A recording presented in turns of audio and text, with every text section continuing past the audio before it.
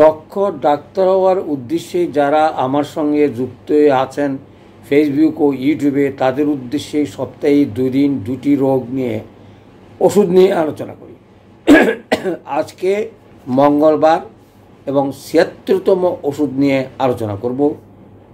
আমি নসস ওষুধের আলোচনায় করছিলাম, এখন আমি অ্যান্টিবায়োটিক ওষুধ নিয়ে কি ওষুধ তৈরি হয়েছে সেগুলোর বর্ণনা দিয়েছি। আজকে নতুন একটি তথ্য দিয়েই আলোচনা শেষ করব। চলে আসি, ওষুধটার নতুন নাম হচ্ছে স্ট্রেপ্টোমাইসিন।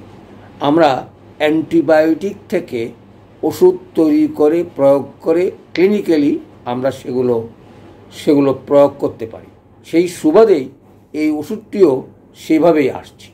প্রশ্ন হচ্ছে, এগুলোর ব্যবহার এত কম যে সচরাচর আমরা যারা কমন ডাক্তারি করি তাদের পক্ষে এই সকল ওষুধ ব্যবহার করা অথবা সহজলভ্যতা থাকে না, তাই অনেকে জানে না।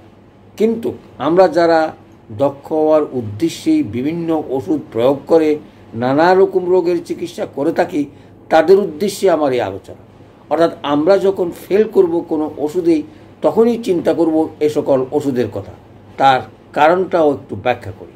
কারণ হলো, আমরা সচরাচর আমাদের বডিতে অন্য কোনো ওষুধ প্রয়োগ করে কোনো দিন অর্থাৎ সুচিকিৎসা করার পদ্ধতি এলোপ্যাথিকের নয়, কারণ সেটা সমবিধান মতে তৈরি ওষুধ নয়। তাই আমরা আমাদের প্রয়োজনে এ সকল ওষুধ ক্লিনিক্যালি পরীক্ষা করেই আমরা আমাদের প্রচার করি অথবা প্রয়োগ করে থাকি। কেন প্রয়োগ করি? অর্থাৎ এই যে স্ট্রেপ্টোমাইসিন, সচরাচর সেটা যক্ষ্মা রোগের ওষুধ হিসাবেই পরিচিত এবং দীর্ঘদিনেই সেটা এলোপ্যাথিকেরা সুফল বয়ে এনেছে, তার কুফলটাও তারাই বলেছে। সুতরাং প্রত্যেকটা ওষুধের সুফল যেরকম আছে, কুফলও আছে। সেই কারণেই একটা ওষুধ 20-30 বছর ব্যবহার করার পরে তার আর প্রয়োগ থাকে না। নানা রকমের কুফল পেয়ে তারা সেগুলো অনেকটা বন্ধ করে দিয়ে খুব প্রয়োজনীয় ছাড়া ব্যবহার করে না। আমাদের ওষুধ তো সেভাবে তৈরি নয়। আর কেন এই ওষুধগুলো আমাদের প্রয়োজন হয়? প্রয়োজন হয় এই কারণে, আমাদের হিউম্যান বডি, আমরা যারা এই সকল ওষুধ ব্যবহার করে তার কুফলটা বয়ে বেড়াই, সেই কুফলের ওষুধ কোনো মায়াজমের ওষুধে সারতে পারবে না। সেই মায়াজম অথবা প্রাকৃতিক যে রোগ, সেগুলি এই যেই রোগটা কৃত্রিম সৃষ্টি হয়েছে বা কুফলে সৃষ্টি হয়েছে, সেটা কখনো ভালো হবে না। সেই ভালো না হওয়া ওষুধগুলোই আমাদের এই ওষুধ দিয়ে প্রয়োগ করা হয়। অর্থাৎ স্ট্রেপ্টোমাইসিন বডিতে বা যারা ব্যবহার করেছেন অথবা যারা ব্যবহার করার জন্য দীর্ঘদিন ব্যবহার করে হয়তো ভালো আছেন, আর যারা ভালো নেই, তাদেরই এই ওষুধগুলো প্রয়োগ করে আমরা সুফল বয়ে আনতে পারি। তাহলে তার কুফলটা কী? তাহলে চলে আসি, আমরা লক্ষণগুলো একটু মনে রাখলেই বুঝতে পারবো তার কুফলটাও কী। প্রথমে হচ্ছে স্ট্রেপ্টোমাইসিন জ্বর ভাব, অঙ্গ প্রত্যঙ্গ ব্যথা। অনেকটা আমরা ব্রায়োনিয়ার মতন বলতে পারি, অঙ্গে অঙ্গে ব্যথা আর জ্বর, কাশি তো থাকতেই পারে। আর তাহলে এই যে সিম্পল ওষুধ, আর এটা হচ্ছে অর্থাৎ স্ট্রেপ্টোমাইসিন ব্যবহারকারীর শরীরে যদি এইরকম কোনো জিনিস আমরা পাই আমাদের কেস টেকিংয়ে, তাহলে আমরা এই ওষুধটা ব্যবহার করতে পারি এই লক্ষণটা থাকলেই। তারপরে কী লক্ষণ? গরম ঝলকা, অনেকটা সালফারের মতো, অর্থাৎ মনে হয় যেন ফ্ল্যাশ, অর্থাৎ হঠাৎ করে একটা জায়গা গরম হলো আবার ঠান্ডা হয়ে গেল, এবং এটা একটা কৃত্রিম লক্ষণ, অর্থাৎ এই সকল ওষুধের কুফল। তারপরে যেই আমরা পাই সেটা হচ্ছে কানে শব্দ, বধিরতা এবং মাথা ঘোরা। অর্থাৎ এই যে বধিরতাটা কথা বলল, অর্থাৎ এটা এই স্ট্রেপ্টোমাইসিনের কুফলে হয়ে থাকে। কীরকম?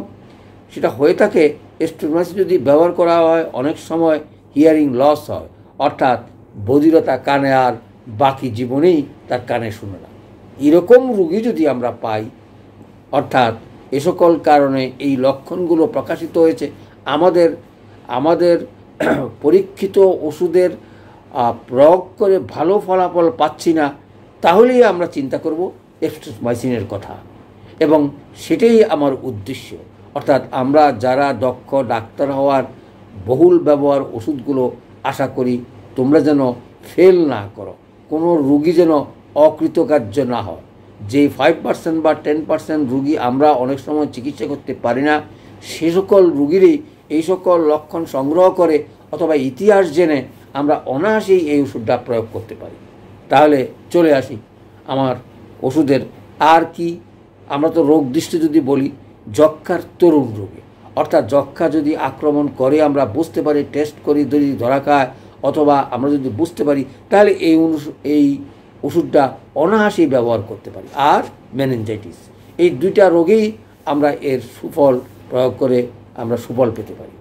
চলে আসি কিভাবে আমরা পাওয়ারগুলো ব্যবহার করব। সচরাচর যেহেতু এটা নতুন আবিষ্কৃত অথবা ক্লিনিক্যালি টেস্টকৃত ওষুধ, সে কারণে 30 থেকে 200-র ভিতরেই আমাদের পাওয়ার আছে, সেগুলি প্রয়োগ করাই উচিত। অর্থাৎ কম পাওয়ার দিয়ে বেশি পাওয়ার ওষুধ না দেওয়াই ভালো মনে করি। কিন্তু আমরা যারা 50% পদ্ধতির যুগে প্রবেশ করেছি এবং 50% যুগ প্রয়োগ করতে পারি, আমরা M1 M2 থেকে শুরু করব। M1 M2-তে যদি ভালো ফলাফল না পাই, তাহলে আমরা ওষুধকে বন্ধ করে দেওয়ার চেষ্টা করব, যাতে মানুষের কোনো ক্ষতি না হয়। আর যদি কাজের উপকার পাই, তাহলে আমরা M1 M2 M3 M4 অর্থাৎ যতদিন পর্যন্ত তার রোগের একদম ভালো না হবে ততদিন পর্যন্ত আমরা এই ওষুধগুলো প্রয়োগ করতে পারি। তাহলে আজকে চলে আসি এই স্ট্রেপ্টোমাইসিন তোমাদেরকে দেওয়ার বা আলোচনার উদ্দেশ্য হলো তোমরা যেন ওষুধটা সংগ্রহ করে প্রয়োগ করে নিজেরা প্রমাণ করে আগামী দিনের ম্যাটেরিয়া মেডিকা আরও তথ্যবহুল করবে, এই আশা রেখে আমি এই আলোচনা করেছি। সকলকে ধন্যবাদ।